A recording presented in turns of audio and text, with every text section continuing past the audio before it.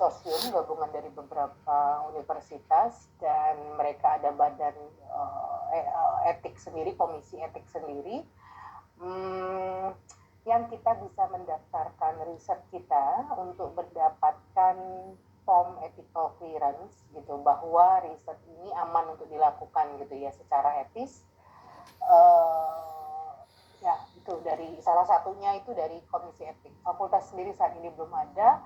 USU udah ada, tapi itu bagiannya terkait dengan fakultas kedokteran juga, dan prosesnya ya menurut informasi itu lebih lama. Jadi mahasiswa psikologi itu diarahkan untuk ke Kapin ya. Jadi kalau kalian googling Kapin itu ada salah satunya pelayanannya adalah mengeluarkan ethical clearance.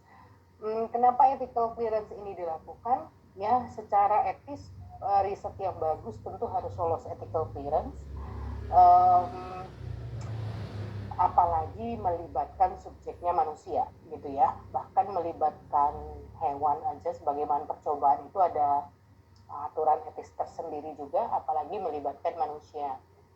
Terus di jurnal-jurnal yang bagus, di publikasi-publikasi yang baik itu mereka membutuhkan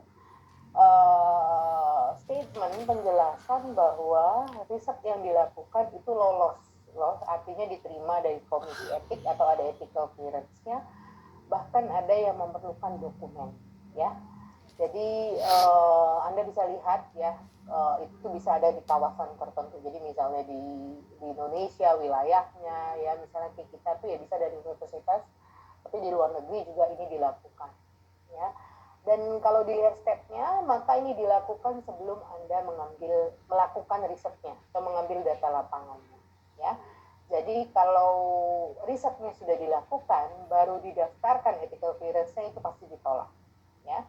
Terus kemudian sekarang beberapa tempat penelitian, contohnya kayak rumah sakit gitu ya, sekarang udah minta. Jadi sebelum diambil datanya, mereka udah minta punya ethical clearance ya, gitu ya. Jadi itu kenapa pentingnya ethical clearance ya, untuk membuktikan riset kita itu memang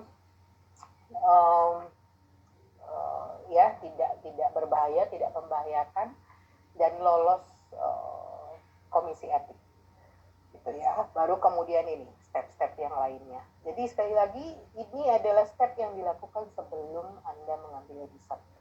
Jadi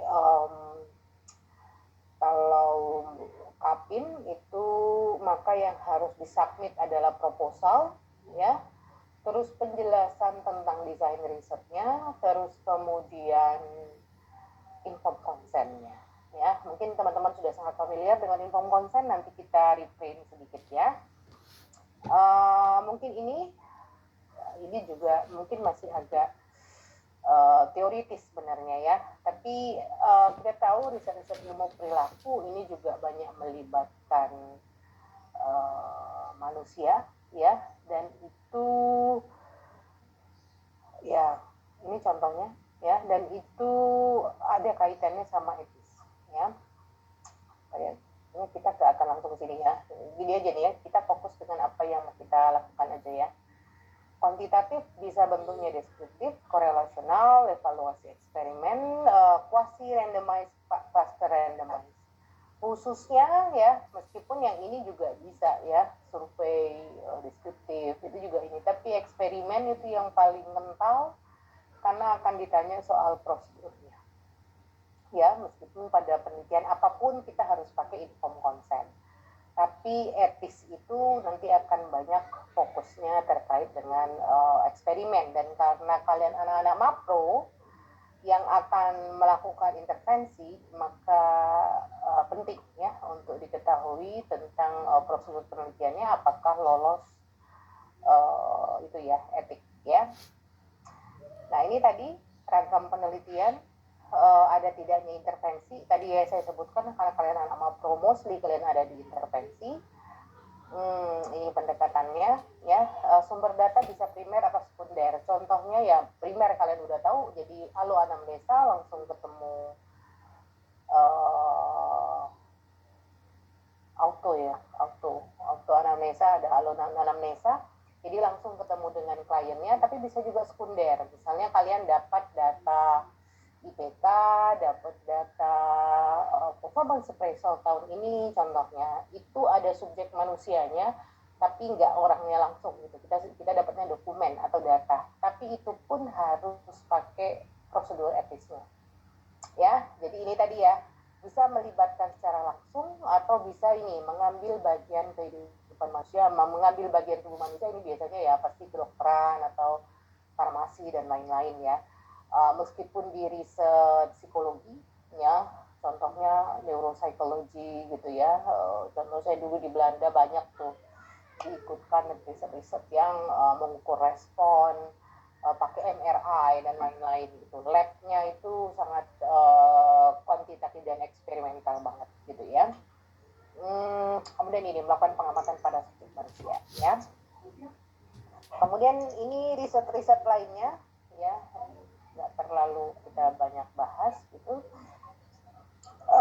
Ini sejarah ya, sejarah ya ini nanti kita bisa baca sendiri kenapa harus dilindungi ya, ini aja nih ya, kenapa harus dilindungi, ini karena ada perlindungan hak kesejahteraan ya,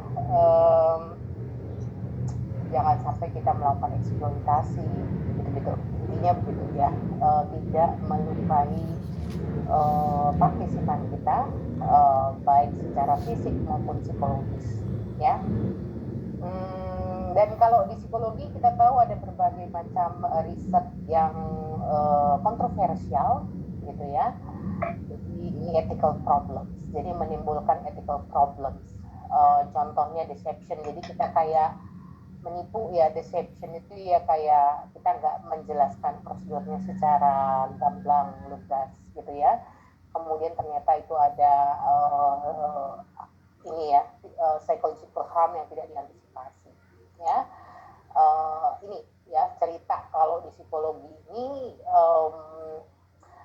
juga sangat terkait dengan persoalan etis ya, meskipun sekarang mungkin risetnya lebih banyak teoritis ya, jadi tidak terlalu eksperimental seperti ini, meskipun justru lagi banyak diharapkan kita melakukan replikasi pada teori-teori psikologi yang sudah kokoh gitu dengan eksperimental.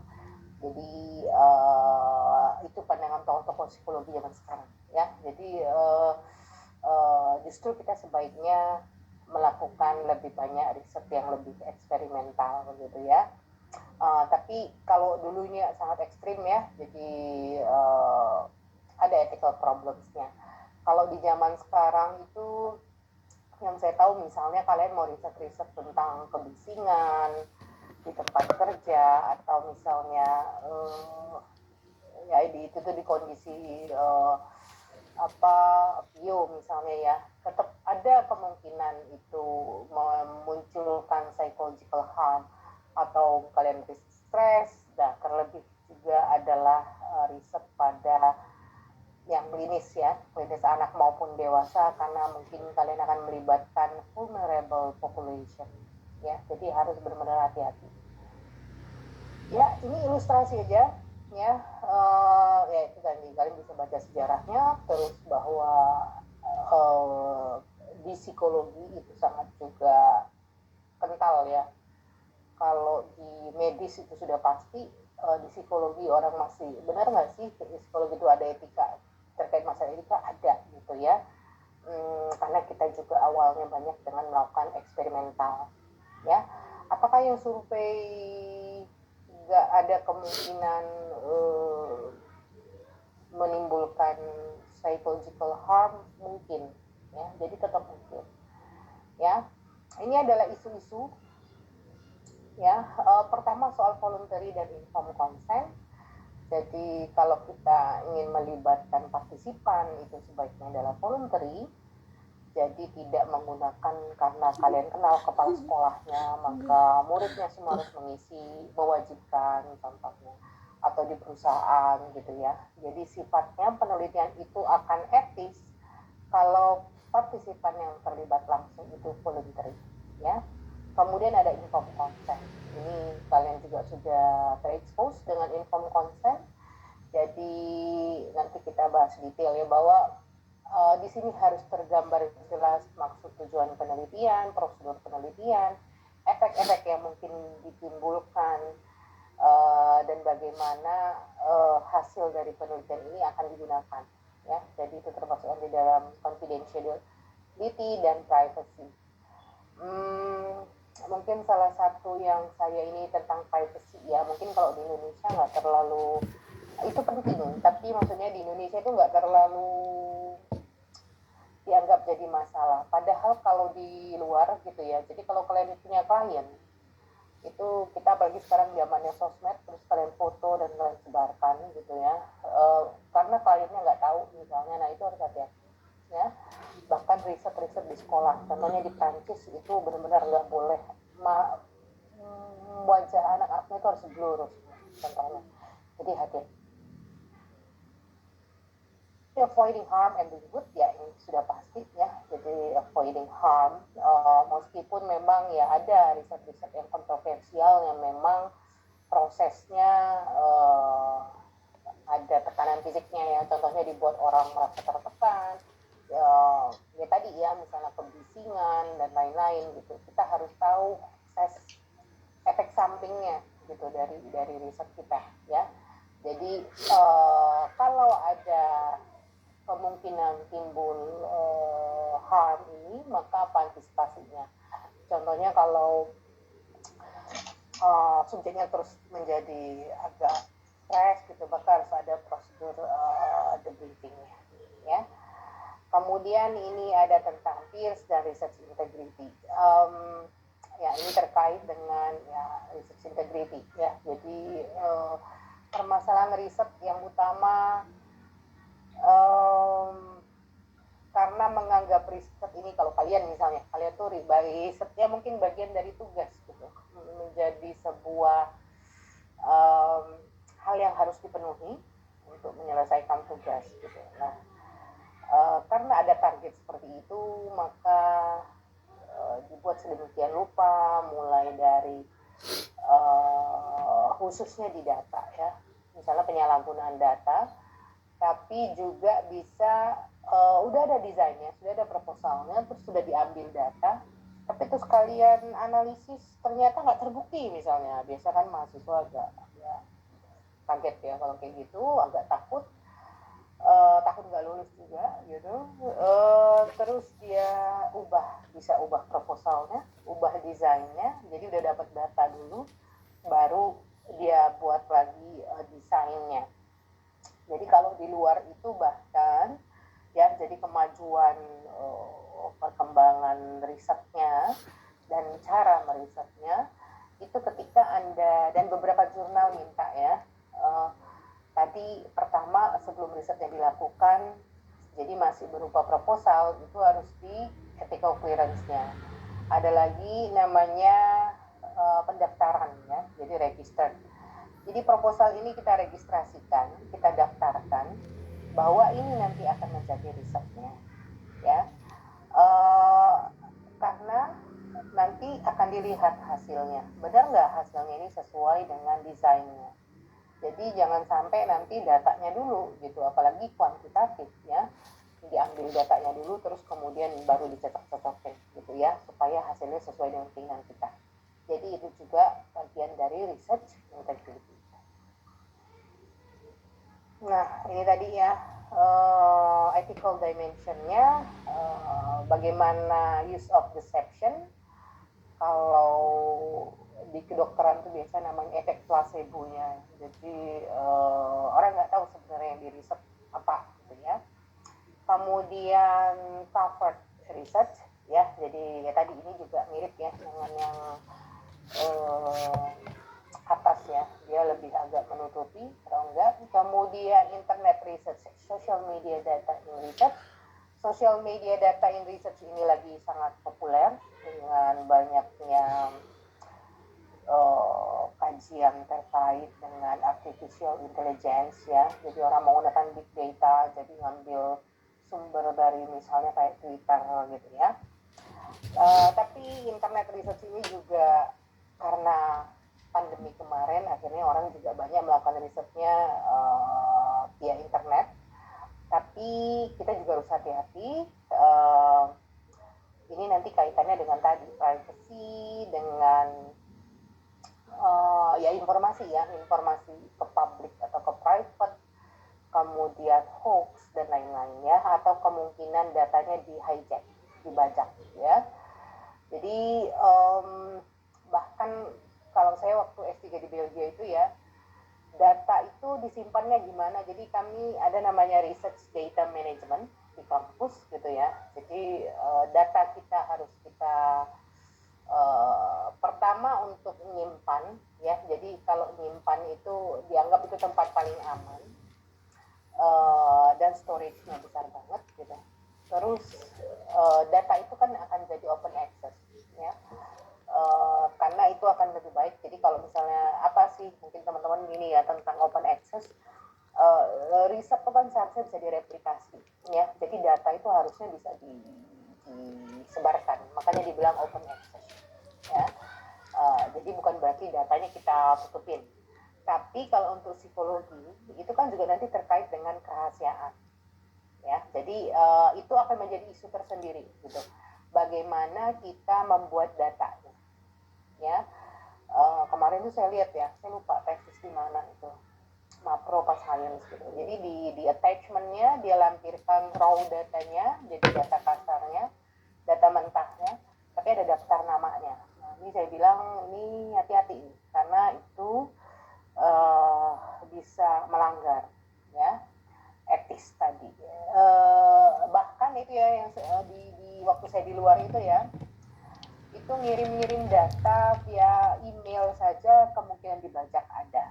Jadi sangat hati-hati sekali bagaimana Anda mengkonstruksikan data yang bisa diakses gitu dan bagaimana menyimpan. Jadi kami harus mengisi form data ini tersimpan di mana aja. Jadi misalnya saya bilang data ini tersimpan di laptop saya atau di laptop kantor gitu ya, itu disampaikan dan bagaimana Anda memprotek data itu. Jadi orang sangat hati-hati sekali gitu ya. Bagaimana membuat tampilan data misalnya karena ini kita kuanti, biasa kan di input apakah di Excel atau SPSS gitu ya, sehingga orang itu tidak akan teridentifikasi. Jadi apalagi kalau kita bikin daftar nama ya, daftar nama itu kan berarti sudah sangat teridentifikasi. Kita kan akan takut ketika data itu karena memang aku open access, kalau teridentifikasi gimana? Kalau datanya terkait dengan isu sensitif gitu misalnya, atau kita misalnya dengan perusahaan gitu, bilangnya bahwa datanya nggak boleh keluar gitu ya, makanya kita harus selalu ada inform consent, data itu sejauh mana akan digunakan gitu. Kalau perusahaan nggak mengizinkan maka itu nggak boleh ya. Jadi hanya bagian tertentu dari data misalnya yang bisa diakses. Jadi kalau untuk orang psikologi open access itu juga masih agak hati-hati ya. Kalau saya pribadi beberapa kali publikasi saya bilangnya datanya bisa diminta dengan berhubungan langsung dengan saya contohnya. Jadi saya harus melihat profil si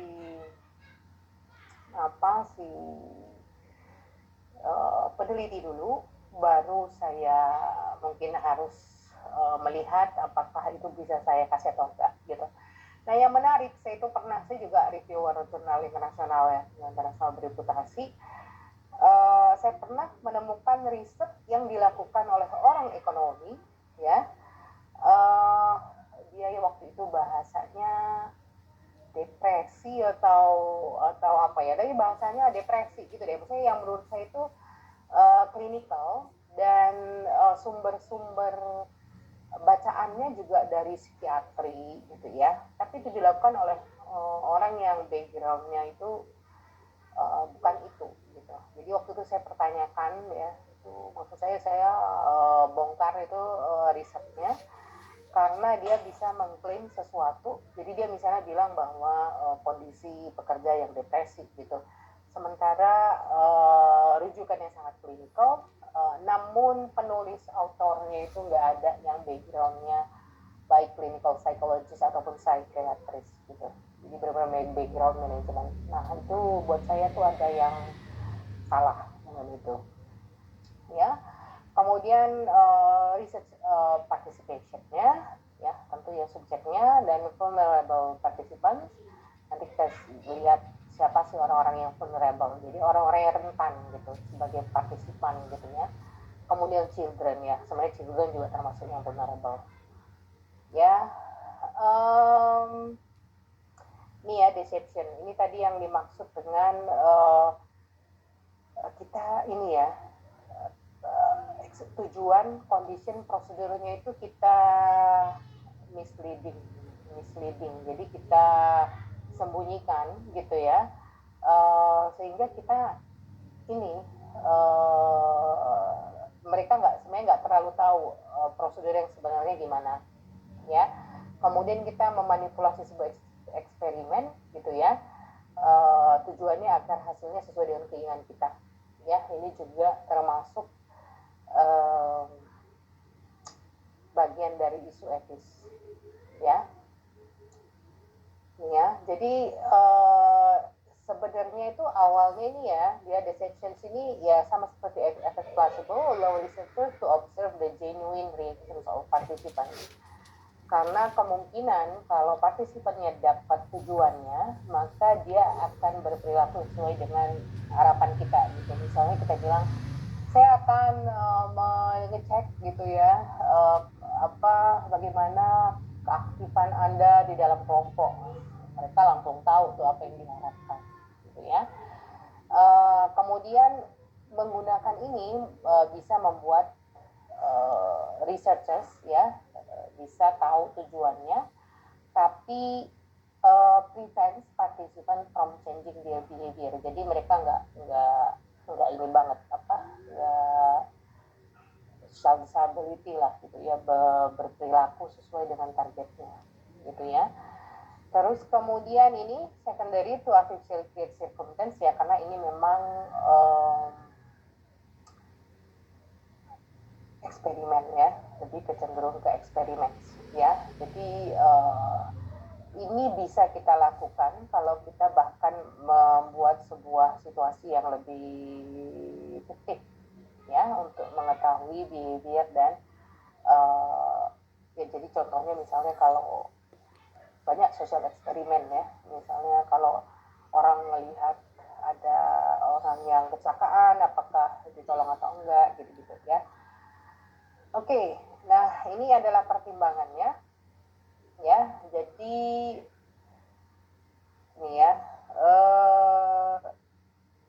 dia nggak akan menggunakan ini ya, kecuali bahwa tujuannya untuk itu gitu ya. Jadi alternatifnya itu memang harus deception, jadi harus ada placebo-nya gitu. Karena kalau terlalu gamblang nanti tadi ada partisipannya itu selalu berbuat sesuai dengan yang diharapkan. Jadi kalau saya itu misalnya kalau risetnya tentang leadership ya, saya bilang itu risetnya tentang kepemimpinan, atau ada diminta mengevaluasi hubungan Anda dengan pemimpin contohnya, tapi saya nggak langsung bilang apakah pemimpin Anda ini tentang social leadership, aspeknya adalah ini gitu-gitu ya, dan dia diharapkan berperilaku seperti ini. Jadi ada hal-hal yang nggak mesti terlalu gitu ya. Tapi kita nggak boleh kalau itu mengakibatkan ini ya physical pain or emotional distress.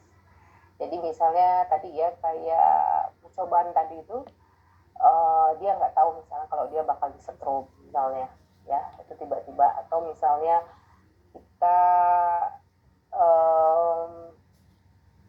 ya tadi ada deception, tapi kalau dia menimbulkan kesakitan fisik atau emosi atau psikologis, itu harus nggak boleh dilakukan gitu ya. Terus kemudian ini bagian dari informed consent sebenarnya. Kalau partisipannya ngerasa yang dilakukan itu tidak sesuai gitu,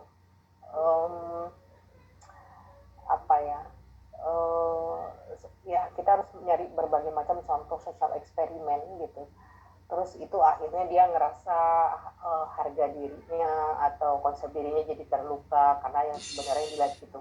Contohnya kayak sosial eksperimen yang sering ini deh, cewek-cewek matre ya, saya barusan inget di apa di TikTok tuh banyak ya, jadi tentang gold digger contohnya ya, cewek-cewek matre, jadi mereka itu ada yang pura-pura gitu-gitu ya. Nah tapi in the end kan ceweknya ngerasa terganggu pasti, wah ketahuan nih aku tuh, jadi dia dideketin cowok, tadinya dia nggak mau, tapi ketika dia bilang bahwa cowoknya ini, bahkan ada yang pura-pura jatuhin uangnya atau apa gitu ya, terus ketika uangnya diambil, artinya ketika tahu nih cowok ini banyak duitnya, dia berubah sikapnya, artinya ketahuan sikap sebenarnya gitu kan.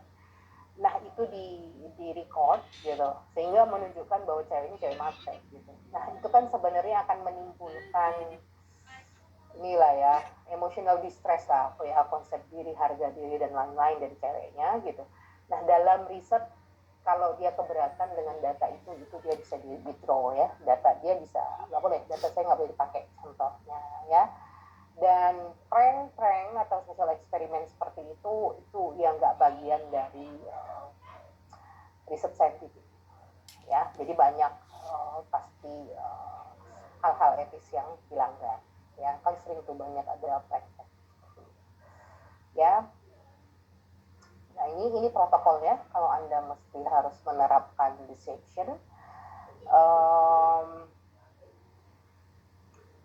Contohnya misalnya apa ya, kita meneliti bias terhadap apakah kalau kita mewawancara kita melihat orang itu yang cantiknya atau misalnya sesuai dengan suhu kita dan lain-lain gitu misalnya.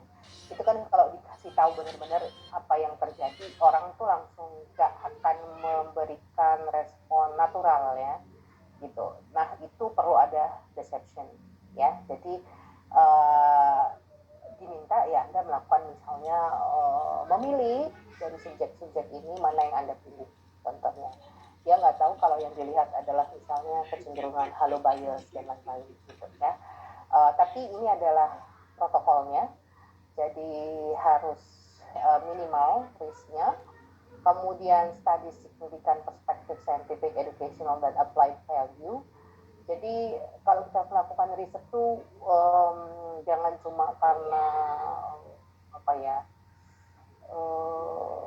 kalau kayak ini sensasi gitu. Jadi jangan karena sensasi gitu ya. Jadi memang harus ada kemanfaatannya gitu ya.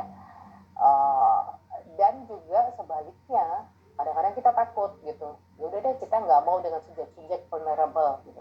Takut melanggar etik. Saya kemarin ngasih contoh misalnya kayak anak-anak jalanan. Itu kan mereka vulnerable ya, partisipan. Ada kecenderungan untuk eksploitasi dan lain-lain. Karena kita takut melakukan itu, kita nggak meriset mereka contohnya. Padahal tentu perlu ya kajian-kajian itu. Jadi bukan berarti kita juga saya pilih main aman gitu ya, itu juga nggak bagus juga gitu ya. Tapi kita ingat bahwa harus ada protokolnya. Karena once kalian dapat ethical clearance itu berarti ada komite yang menyetujui. Jadi udah aman gitu ya. Oke, kemudian ini ya disebutkan juga kenapa harus incomplete disclosure ya, karena tadi misalnya kayak pertimbangan yang tadi ya, tadi ini yang ini ya, kenapa harus dilakukan, nah, alasan-alasannya biasanya seperti itu ya. Ya, nah ini ya, subject should not be deceived about any aspect of the study that would affect their willingness to participate. Jadi kalau dia merasa kalau dia tahu yang sebenarnya, dia pasti akan nolak anaknya ya, jadi nggak boleh. Atau malah ya tadi, ketika dia sudah tahu yang sebenarnya, maka ditanya datanya mau nggak diikutkan gitu ya. Atau jadi pokoknya bahasanya itu sudah dengan persetujuan klien gitu ya. Jadi prosedur itu harus dilakukan baik tadi ya, sebelumnya itu artinya dia udah tahu prosedur yang sebenarnya gitu, ataupun ketika kita melakukan incomplete disclosure tapi dia setuju datanya tetap dipakai, karena itu ya kita bisa jelaskan ya, sebagai manusia ya orang memang punya kecenderungan natural ya, itu yang akan di-research gitu. Nah ini tadi yang saya sebutkan dengan debrief ya, ini proses yang bisa dilakukan gitu ya, uh, ketika sudah dilakukan gitu. Jadi misalnya kayak tadi ya contohnya cewek matre itu mungkin akan berdampak pada tadi harga diri, konsep diri dan lain-lainnya.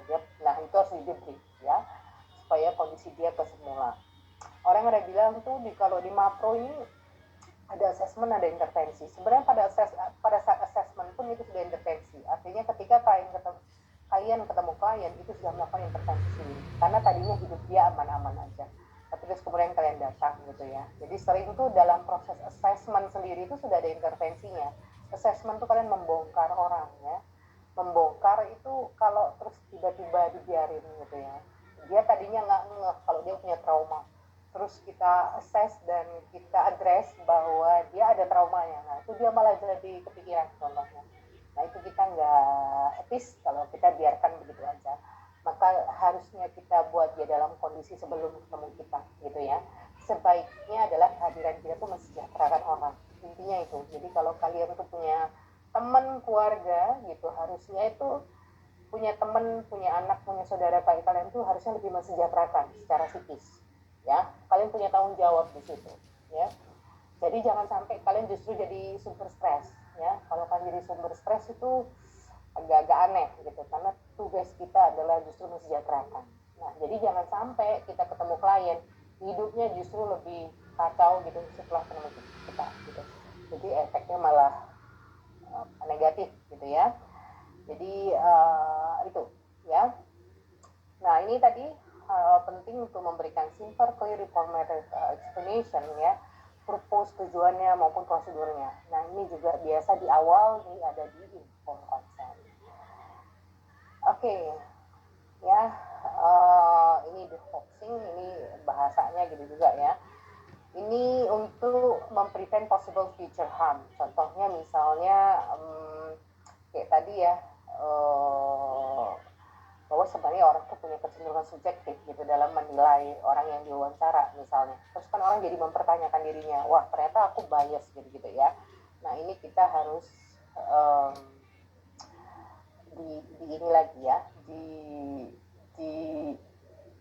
debriefing ya, tapi juga ini untuk meyakinkan bahwa itu adalah memang bagian dari eksperimen gitu. Kalau itu dari awal sudah disebutkan, tentu perilakunya nanti nggak kayak gitu ya. Ini bahasa gini, bahwa bagian dari studinya adalah mereka memang dalam tanda petik ditipu atau dikelabui atau ya tidak diberi informasi yang utuh gitu. Memang itu gitu ya. Jadi dia juga tidak menganggap bahwa hal itu sumbernya hanya dari dia, tapi itu memang create sedemikian rupa, di situasi eksperimental dimanipulasi sedemikian rupa sehingga kita menunjukkan itu ya.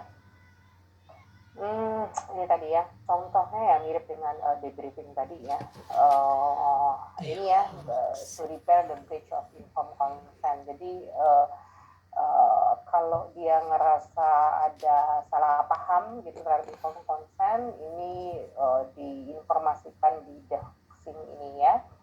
Terus inilah bahwa itu adalah situational determinants dari eksperimen tersebut gitu ya. Ini disebut juga tadi katanya dari desensitisasi. Jadi orang kalau tadinya jadi marah gara-gara ada eksperimen itu atau jadi ya itulah terluka secara psikis, ini harus debrief dan juga di dehoxing gitu ya, bahwa memang situasinya dibuat kayak gitu. Ini stigma ya karena juga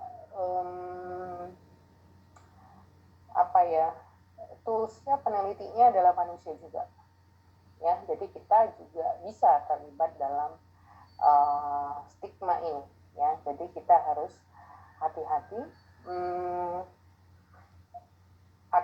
tidak ya stigma bias gitu. Jadi peneliti itu harus aware terhadap itu. Jadi ada kemungkinan kita ada hal-hal seperti itu ya.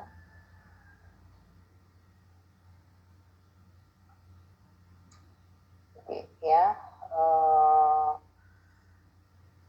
Ya mungkin kayak kalian misalnya ya tadi saya sebutkan ketemu dengan anak jalanan, kita sudah punya konsep, wah kalau anak jalanan itu berarti dia seperti ini contohnya. Terus ketika kalian ketemunya nggak begitu gitu, terus kalian ngerasa harus membuktikan bahwa dia harus seperti yang saya gambarkan. Nah itu harus hati-hati ya, karena toolsnya adalah kita sendiri sebagai peneliti. Ya ini kayaknya masih slow lah ya. Diingatkan kembali, ini harusnya ada di kode etik. Prinsipnya respect pada manusia, ya. Dia harus punya free will, nggak dia harus sifatnya voluntary, sukarela, dia ingin ikut atau enggak dalam penelitian ini. Jadi nggak boleh dipaksa, apalagi tadi ya ketika dia ikut pun kita deception itu harus benar-benar benar nggak dia harus risetnya memang harus seperti itu.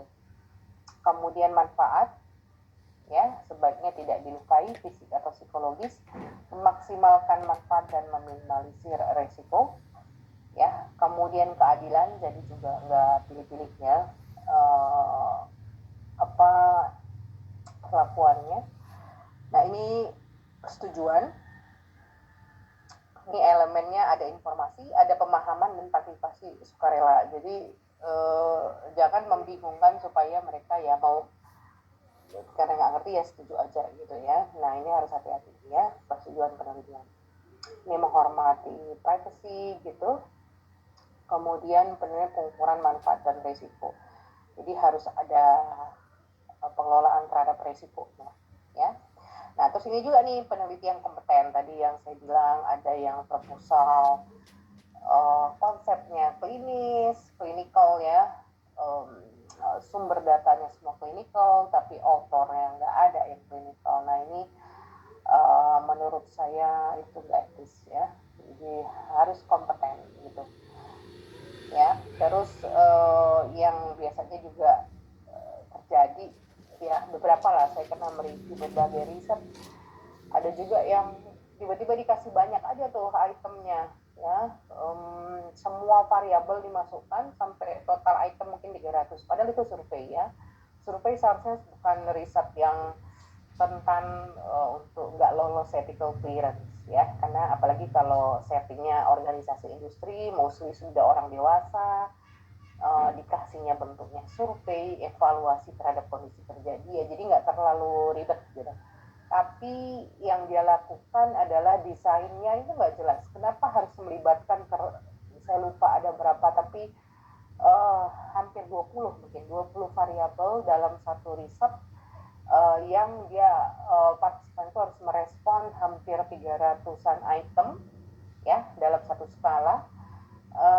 Online dia kasih, tapi desain penelitiannya nggak jelas. Kenapa variabel-variabel itu harus diangkat? Jadi seperti kalaupun mau bikin penelitian payung itu harus jelas ya, desain penelitiannya. Jadi nggak sekedar ngambil data aja, taruh semua temuannya terus nanti diambil data-data. Jadi benar-benar dilihat juga proposalnya ya. Kemudian ini seleksi partisipannya, kenapa partisipannya harus itu gitu. Ya ini etika penelitian ini harus dilakukan ya, proposal pengumpulan data, maka ini harus dilihat inform consent, titik-titik ini harus bisa kalian justifikasi ya.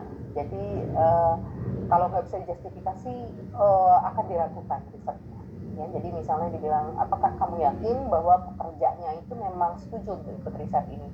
Jadi contohnya kayak sekarang nih saya dapat project untuk riset di salah satu BUMN, itu kita minta nih supaya mudah atau cepat ngumpulin data gitu, bisa nggak itu jadi sebuah kewajiban ya. Kewajibannya itu dalam bentuk dia baru bisa buka menjalankan isinya kalau dia udah ngisi survei ya. Jadi itu kan lebih sistematis gitu kan, jadi dia harus ngisi dulu.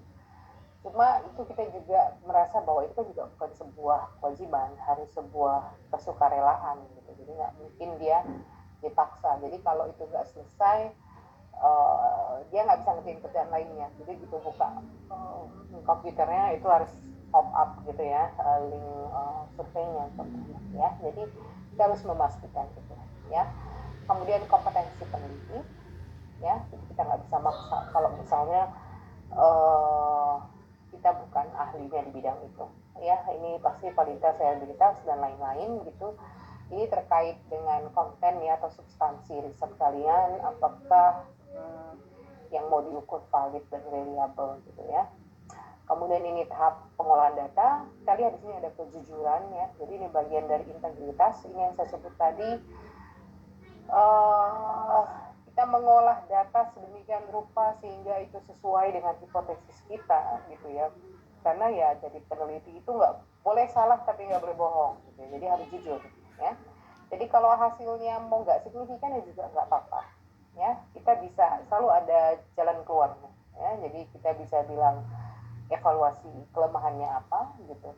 Dan kalau memang secara prosedur kita sudah melakukannya dengan tepat, hasilnya pun nggak signifikan, justru kan itu menambah jadi temuan, jadi menambah informasi.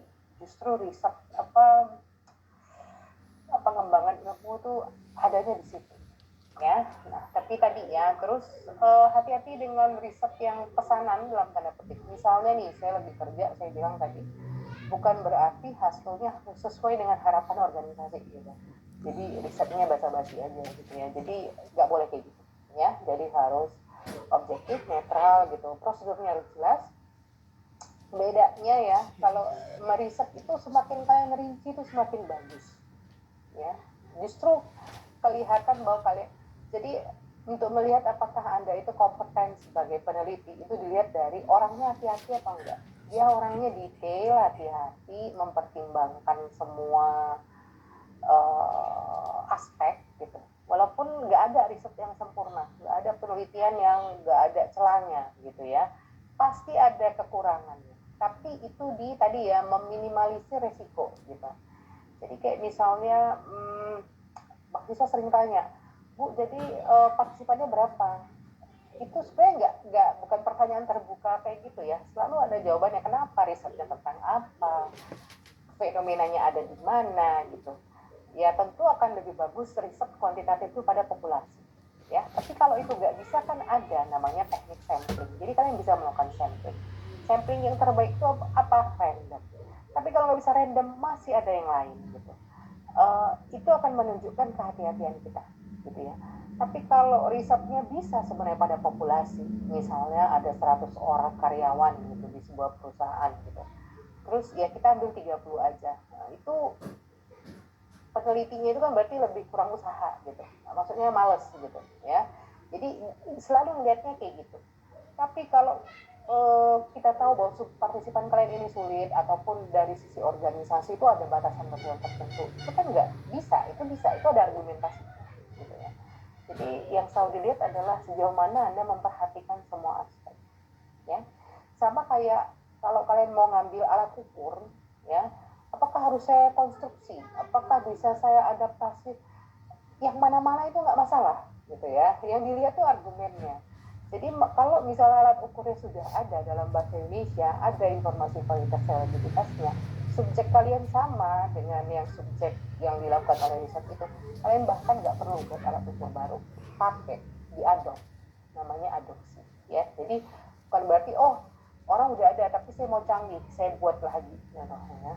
Nah itu argumentasinya apa? Dibuat lagi gitu. Jadi itu akan mengecek pemahaman terhadap bagaimana melakukan riset. Itu kalau orang muslim itu sama kayak sholatnya bisa dijamak tapi dia nggak mau menjamak jamanya kan padahal ada ilmunya. Kalau dibilang kalau dikasih tahu boleh ya nggak apa-apa ya dilakukan gitu. Jadi berarti kan dia karena tahu gitu ada ilmunya gitu ya, bukan karena saya mau menunjukkan kalau saya ini mau bekerja keras contohnya ya. Tapi ada yang misalnya dia memodifikasi alat ukur tapi nggak divalidasi. Nah itu kan aneh ya, dia membuat sesuatu yang baru pada alat ukur itu tapi dia nggak mau validasi ya. Jadi hal-hal itu yang akan jadi perhatian gitu sebenarnya. Sama juga lah kalau unsur etis ini ya. Oke. Ya ini tentang penulisan publikasi, ini juga terkait dengan tadi saya sebutkan data ya, sejauh mana data itu bisa kita berikan open access karena sekarang dunia riset menuntut itu. Tapi sejauh mana upaya kita untuk tidak mengidentifikasikan subjek. Oke, ini saya ingin kasih materi 1, materi 2 aja, ya. Ini ilustrasinya, ya. Kalau ada yang mau didiskusikan, silahkan. Saya akan mau ini kan yang materi 2.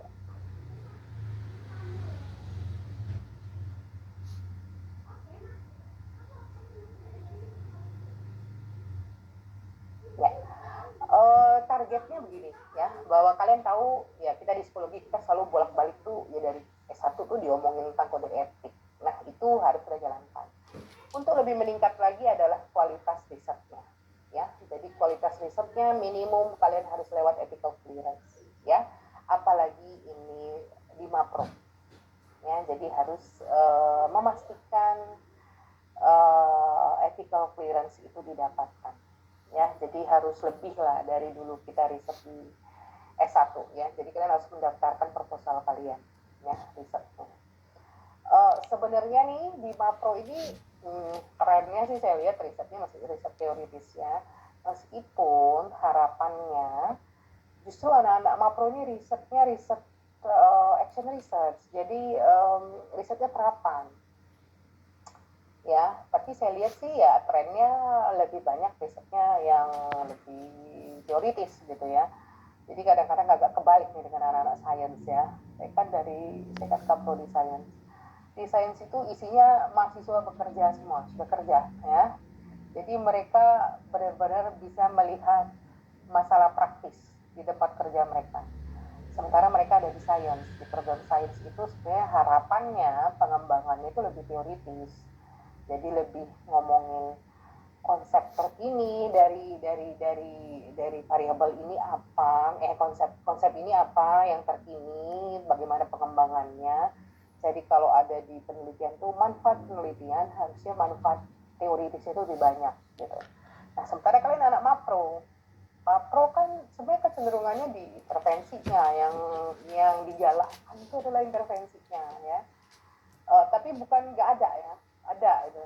Bahkan salah satunya saya dulu menguji ya, mahasiswa KLD malah ya. Itu saya respect banget, dia melakukan penelitian terapan ya, melakukan intervensi eksperimental bahkan sampai tahap evaluasi. Ya, itu impresif sekali. Dan justru di Mapro butuh gitu. Kenapa? Karena kalau kalian mau bikin intervensi, jadi kasus gitu ya, praktek, setelah kalian melakukan diagnosa, assessment diagnosa, kan kalian harus mengajukan intervensinya apa, dan itu harus based on evidence, based on teori ya. Jadi kalian justru butuh riset-riset terapan untuk menjustifikasi intervensi yang kalian lakukan itu memang proven sebelumnya itu efektif. Jadi kita nggak bisa intervensi yang oke, semua kita kasih training contohnya, oh biasanya dilakukan ini, itu nggak bisa. Harus ada referensi ya, itu namanya evidence-nya, bahwa itu proven gitu. Itu bedanya riset, itu bedanya praktek psikolog dengan praktek profesi lainnya ya. Profesi lainnya menurut saya di luar saintifik ya, karena kalau kayak dokter dan lain-lain ya, mereka juga based on evidence, jadi harus proven gitu ya. Tapi ada orang yang praktek ya, selama orangnya sembuh kan dia selama bukan dia sembuh ya. Kalau orang psikologi ini, kalau dia tadi punya masalah, dia ada gangguan, dia datang ke kita, terus akhirnya dia merasa lebih baik, dia merasa bisa menyelesaikan masalah, kan artinya dia relatif sembuh misalnya ya, targetnya itu. Nah, itu nggak mesti datang ke psikolog ya, dia bisa datang ke orang pintar ya, ke orang-orang mana aja lah gitu ya. Bahkan tuh saya punya teman itu seorang psikolog klinis dan hipnoterapis gitu ya, tapi dia lebih dikenal sebagai hipnoterapis. Artinya itu tuh lebih manjur gitu. Orang ketemu dia dengan dia melakukan teknik hipnoterapi itu lebih manjur daripada pakai pendekatan psikolog contohnya. Ya, jadi ada tentu orang-orang yang cuma ikut workshop seminggu 2 minggu, dia punya certified ini gitu misalnya ya. Kalian kan kuliahnya lama, kan melalui jalan yang berat dan berliku ya. Tapi ada orang yang ikut workshop, nah tapi ketika dia bisa memberikan impact kan orang, oh ya bening sama dia aja, saya sembuh kok gitu. Tapi bedanya dengan kita, ya, karena kita hati-hati banget gitu. Kenapa? Supaya setiap treatment atau intervensi yang kita lakukan itu bisa dipertanggungjawabkan. Itu bedanya. Ya, jadi kita nggak usah khawatir dengan jualan tetangga lah ya. Jadi kita sudah memilih sendiri kita mau di jalur yang ini, gitu. Maka kita perlu tanggung jawabkan jalur yang kita pilih. Jangan kalian udah capek-capek nih kuliah kayak gini, yang kalian lakukan sama dengan yang dilakukan orang yang nggak pro gitu misalnya. Ya, jadi harapannya tadi kaitannya dengan penelitian dan etis adalah saya mengencourage kalian untuk melakukan riset yang lebih terapan, ya, lebih eksperimental. Saya yakin nama itu kalian kalau kalian mau tesis ya pakai terapan, itu tesis kalian akan jadi rujukan untuk semuanya. Ya, kalau yang cuma ya yang penting lulus gitu ya itu ya tesisnya di situ aja gitu, orang nggak ada yang mau baca lagi contohnya ya. Jadi itu akan jadi kan dulu S1 sudah ada lah ya karya ilmiahnya gitu, itu mungkin masih belajar. Jadi kalau S2 tuh harapannya karya ilmiahnya itu ada sesuatu lah, ada peningkatan gitu ya. Dan akan lebih baik lagi kalau itu sampai jadi dibicarakan atau jadi rujukan ya. Kalian mungkin udah ya kemarin kan udah belajar ya soal eksperimen gitu ya. Meskipun ya nggak menutup kemungkinan ya yang based on research ya nggak apa-apa juga, bagus-bagus juga gitu ya. Intinya kalau riset yang mau yang manapun yang penting prosedurnya sudah dilakukan dengan baik gitu ya, dan etika penelitian itu dijaga gitu. Ini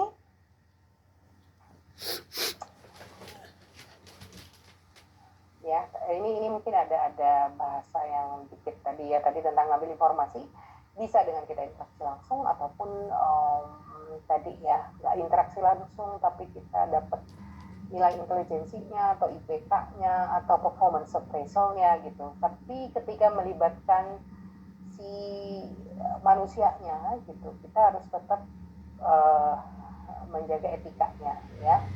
Jadi kalau misalnya saya diambil nih data-data demografi, kan sekarang sering ya, yang sering bocor itu nomor telepon ya. Nomor telepon tuh bisa bocor kemana-mana gitu. Saya udah pakai Halo tuh sejak ya mungkin 25 tahun gitu ya. Waduh, cuma nggak bisa juga saya hentiin, maksudnya yang saya nggak mau pindah nomor gitu. Tapi menurut saya itu data yang bocor kemana-mana ya. Jadi itu kan sangat mengganggu ya. Ya tadi mungkin buat orang Indonesia tuh privacy harusnya dikejar banget gitu ya. Tapi ya itu yang terjadi. Jadi ya kadang-kadang orang banyak banget minta isi data-data ya, kalian juga harus hati-hati ya. Karena itu banyak juga orang yang nggak mempertimbangkan etika ini, mungkin nggak ngerasa berinteraksi langsung gitu, tapi informasi itu apalagi tadi informasi misalnya itu IPK, intelijensi gitu ya, ketika dia nggak tahu itu konsekuensinya buat apa, itu sebenarnya pelanggaran etis, kecuali dia menyetujui itu boleh dipakai ya. Ini tadi sama ya, ini vulnerability. Ini maksudnya ya dia itu tadi ini kurang kapabilitas, kemampuan memberikan persetujuan ya. Misalnya saya pernah riset tuh sama pekerja rumah tangga ART contohnya gitu ya, konsep self harga diri ya, waktu itu harga diri pekerja rumah tangga. Dia itu mereka didatengin mahasiswa aja rasanya udah gimana gitu ya secara psikologis ya. Jadi artinya saya harus meyakinkan mereka, membuat mereka merasa nyaman bahwa mereka bisa cerita tapi nggak merasa terpaksa gitu. Jadi maksudnya itu pendekatannya. Saya rasa orang psikologi nggak terlalu sulit ya untuk itu. Yang jelas harusnya kita tidak mengeksploitasi datanya ya, dan melakukan dan menggunakan data itu gitu ya tanpa persetujuan orangnya ya. Kemudian kurang akses terhadap pelayanan kesehatan atau psikologis ya tadi. Misalnya kalau dia tiba-tiba kenapa apa, mereka pasti kurang nih aksesnya. Maka kalau kita menggunakan mereka sebagai partisipan, kita harus memberikan akses ini. Ya, jadi misalnya menyediakan psikolog atau apa kalau tiba-tiba jadi stres atau apa ya. Terus kemudian ya ini ya, mahasiswa gitu ya. Kalau dosen yang riset kan mahasiswa mau nggak mau tuh harus mau gitu. Tapi itu vulnerable ya. Jadi peneliti yang baik itu tidak memanfaatkan vulnerability itu ya. Jadi itu harus benar-benar di acknowledge. Ya, dan ini who is vulnerable ya, yaitu orang-orang yang dia kapabilitasnya itu lebih ini ya, kemampuan untuk berkesetujuan itu kurang gitu ya. Tadi ini termasuk children juga vulnerable ya. Kita boleh, jadi di sini kan nanti ada tuh ya, umur berapa sih kita minta persetujuan sama orang tuanya gitu. Tapi sebenarnya kan anaknya juga harus ditanyai ya, jadi gak cuma orang tuanya setuju terus sudah gitu ya. Ini informed consent, ini sebenarnya refreshing ya, karena saya rasa kalian udah banyak tahu tentang informed consent ini. Itu yang saya sebut kalau kalian mendaftar di Kapin termasuk informed consent itu harus jelas ya. Ini tadi kaitannya dengan research dengan media internet. Jadi sekarang banyak yang menggunakan pakai G-form gitu ya, tapi tetap harus ada informed consent. Bahkan informed consent, dan itu harus terdokumentasi. Nah, itu intinya, terdokumentasi. Jangan bilang oke, kami sudah jelaskan gini, enggak, itu harus tertulis, harus terdokumentasi. Bahkan kalau bisa ditandatangani langsung. Ya, jadi di psikologi itu sangat penting gitu ya. Ini jadi kita menjelaskan tentang prosedurnya, kemudian bahasanya harus mudah dimengerti gitu. Terus kalau prosedurnya berubah itu juga harus kita perbaharui. Jadi kalau misalnya riset, saya pernah riset longitudinal, jadi tahun pertama, tahun kedua gitu ya. Kalau mereka di tahun kedua akhirnya bilang nggak mau gitu, ya kita juga nggak bisa maksa ya. Jadi itu etika ya. Yang bisa itu adalah kita motivasi. Nanti ini ada terkait dengan kompensasi ya. Kita bisa memotivasi mereka, tapi nggak juga yang oke, kalau menjawab apa ya, ngasih kompensasi yang besar banget gitu juga nggak pantas gitu ya. Jadi ini informasi comprehension mungkin ya, kemarin tuh ya kadang-kadang tuh ada riset yang biasanya dipakai di tingkat mahasiswa terus mau digunakan lagi, direplikasi di pelajar contohnya. Maka kalian harus pastikan informed consent-nya itu sesuai dengan pemahaman gitu ya. Jadi jangan sampai itu tidak dipertimbangkan ya. Sekali lagi kalau meriset yang terpenting adalah kehati-hatian. Jadi kita harus mempertimbangkan aspek itu gitu. Jadi semakin seorang itu bedanya researcher sama entrepreneur ya. Sekarang tuh bisa digabung ya. Jadi researcher tuh sangat hati-hati banget. Kalau entrepreneur tuh kan yang penting just do it ya. Jadi action gitu. Dan itu penting di setting-setting tertentu. Jadi bahkan nih kalau jadi saya nggak tahu nih, mungkin beberapa dari kalian nih belum pada nikah ya. Nikah semua apa belum ya? Itu jangan selalu pakai mindset researcher ya. Kalau pakai mindset researcher nggak nikah-nikah nanti ya. Karena apa? Karena benar-benar di ulik-ulik sedemikian lupa mencari compatibility gitu ya. Padahal kita tahu itu nggak ada ya 100% cocok gitu misalnya. Jadi kadang-kadang ada perlu kenekatan ya. Jadi just gitu ya. Sama lah kayak prinsip entrepreneur gitu. Mungkin kalau orang dari sisi researcher tuh mungkin analisis bisnisnya sangat kuat, analisis pasar juga sangat kuat. Tapi kadang-kadang gara-gara itu kehilangan peluang, kelamaan gitu ya. Atau kalau orang tuh jadi psikolog juga gitu ya, assessmentnya dalam banget gitu ya. Ketika intervensinya udah agak letoy gitu ya. Padahal orang perlunya diintervensi. Ya, jadi jangan terlalu jangan terlalu. Dalam mindset riset kita memang harus sangat hati-hati sekali. Tapi dalam mindset, jadi makanya saya bilang kalian diminta dua-duanya. Ya, kami juga dosen juga diminta dua-duanya. Meneliti itu harus sangat hati-hati banget. Tapi gitu publikasi, wah kami diminta untuk gimana sefleksibel mungkin menyampaikan hasil riset supaya orang tertarik. Dan itu bukan dengan bahasa detail-detail penelitian. Gitu. Nah kan kalian juga ya, assessment itu diminta sangat hati-hati sekali. Tapi ketika intervensi, kalian nggak boleh sangat jelimet gitu. Justru harus yang benar-benar user friendly dalam tanda petik gitu. Yang terpenting adalah memberikan impact. Ya. Jadi katanya orang pintar itu gitu. Orang pintar itu pola berpikirnya sangat kompleks, tapi kalau ngomong sederhana. Nah, katanya gitu. Jadi begitupun dalam nulis ya. Jadi hasil analisisnya sangat dalam, tapi menulisnya itu kata-kata yang lugas, yang simpel, yang sederhana, mudah dipahami. Ya. Oke, ini juga ya tadi ya, informed consent. Nah ini beberapa hal yang perlu diperhatikan ya, perlunya dialog terbuka. Jadi mereka benar memahami, jadi tugas kita adalah dia memahami prosedurnya, dan ini ya mendapat informasi dengan benar gitu. Jadi dia benar-benar harus tahu ketika dia bilang iya, jadi jangan kayak tadi ya, misalnya kayak deception tadi itu kan pertimbangannya banyak, tapi jangan sampai tuh ketika dia tahu yang sebenarnya dia akan mundur gitu. Ya itu berarti di informed consent-nya ada masalah ya. Kemudian ini berusaha untuk peka terhadap bias dan perbedaan budaya ya. Jadi kadang-kadang beda budaya, penerimaannya juga beda gitu. Jadi harus benar dialog ya. Jadi dua sisi. Jadi kalau mostly sih malah informed consent itu bisa ada satu halaman sendiri ya di riset. Jadi benar-benar harus gamblang lah, menyertakan juga ya tujuannya, terus perkenalannya, terus informasi ini bisa diakses kemana gitu ya. Seringkali peneliti itu memberikan janji ya, janji misalnya hasil penelitian ini akan saya sampaikan atau berikan kepada subjek, padahal enggak gitu. Nah itu kan kita berbohong dari awal, jadi nggak boleh kayak gitu ya. Jadi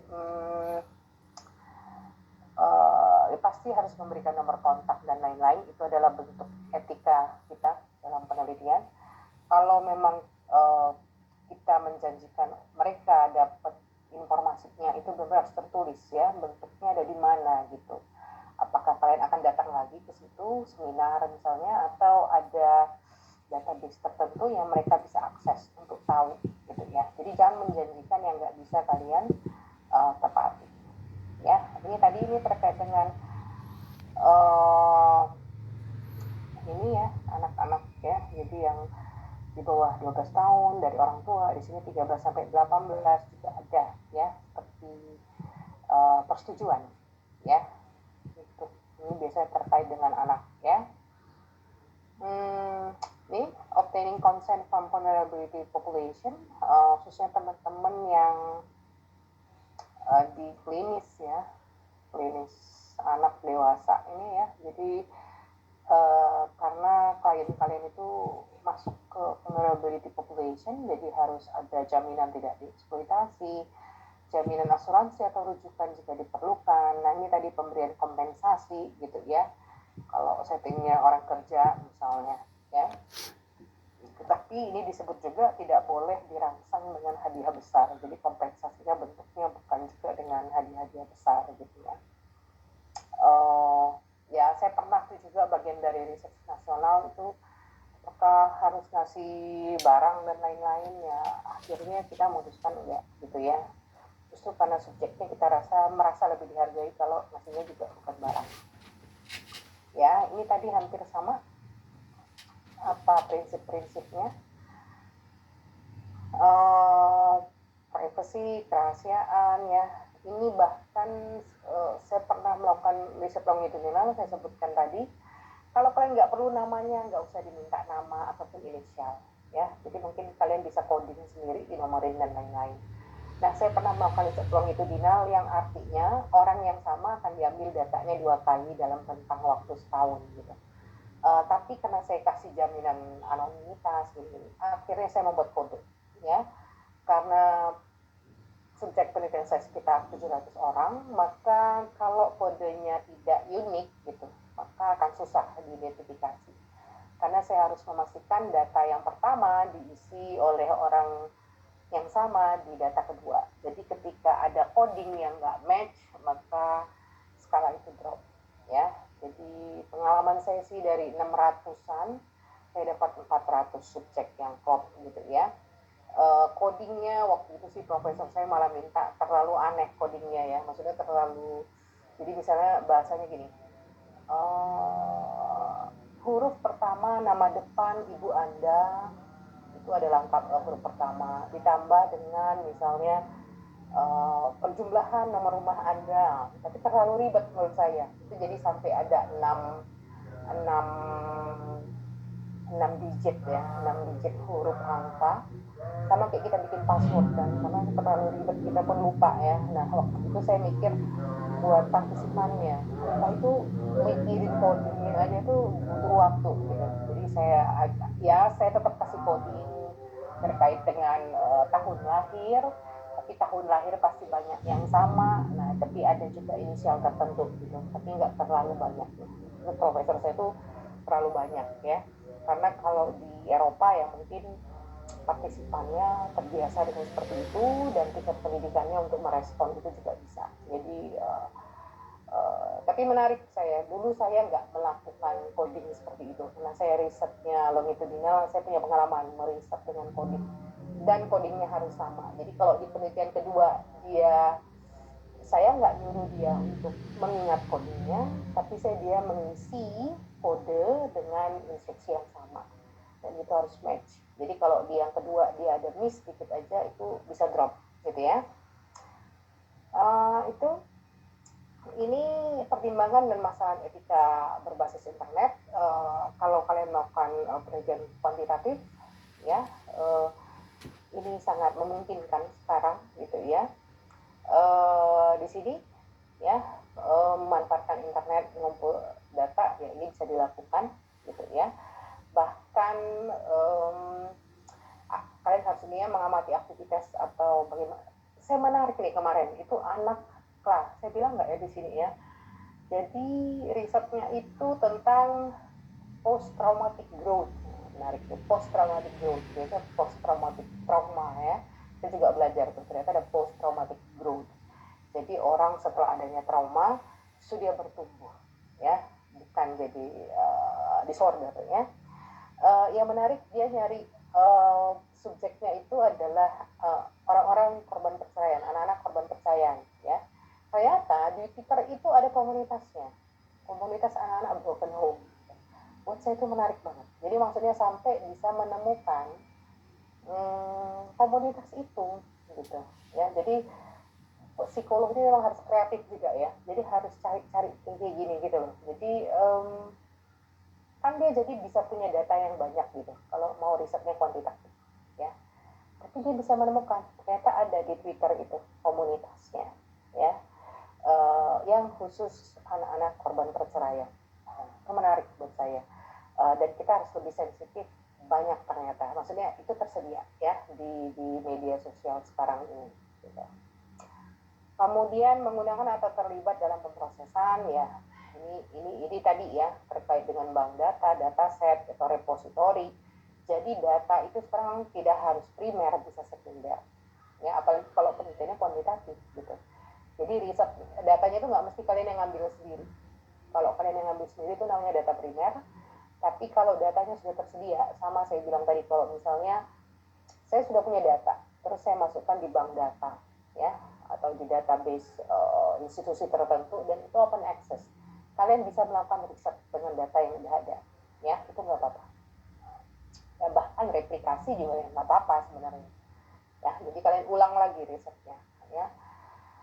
Oke, terus ini mempelajari perangkat lunak, kode teknologi internet, ya. Saya kemarin ada sih di info, kami ada grupnya. Sekarang ada penelitian eksperimen, apa nama toolsnya ya. Jadi menggunakan media internet ya, lupa saya, nanti saya cek lagi lah. Jadi desain eksperimen gitu ya, dengan web based, jadi berdasarkan web, manipulasinya itu, jadi yang bikin tuh psikologi, memang anak psikologi, ya dari luar ya. Waktu dia memperkenalkan dari UNJ Jakarta, dia menggunakan itu untuk melakukan eksperimen. Jadi melakukan eksperimen based on internet. Jadi kalian nggak mesti lapangan di ruangan gitu ya, itu based on internet ya, dan ada toolsnya gitu. Itu menarik ya, nanti kalau ini saya share ya, ada tapi harus saya cari lagi. Jadi kami ada share tapi itu harus pelajari lagi ya, kode dan lain-lainnya, teknologinya ya. Kemudian meneliti menggunakan analisa desain atau struktur sistem interface halaman dan elemen ya, ini kadang-kadang penting. Ini juga terkait dengan keamanan, kerahasiaan dan lain-lain gitu ya. Atau juga ya macam-macam lah. Kalau misalnya kayak sekarang orang juga udah mulai bisa konsultasi dengan VR, contohnya ya, konseling dengan VR, contohnya. Nah, itu adalah manfaatan internet untuk penelitian gitu ya. Tapi kita harus tahu juga teknologi ya. Ya, ini juga ya. Ini yang tadi saya bilang, menggunakan analisis visual tekstual yang pelajari gambar. Ini tadi yang saya bilang bagian dari tools itu yang kita bisa gunakan ya untuk eksperimental ya. Nah, ini juga menggunakan regulasi internet skala besar oleh pemerintah ya. Jadi ya ini kaitannya dengan tadi ya, big data dan lain-lain. Tapi harus kita cek juga regulasinya ya, bagaimana penggunaan etika penggunaannya. Jadi ini udah dengan aturannya, hati-hati juga.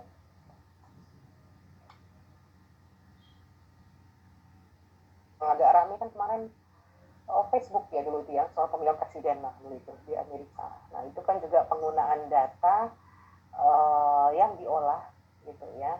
Itu kan di Facebook tuh banyak banget data kita yang diolah gitu ya. Tapi yang agak rame kemarin yang terkait dengan pemilihan presiden di Amerika ya. Jadi kita tuh sebagai pengguna Facebook kita nggak tahu kalau data kita gitu ya.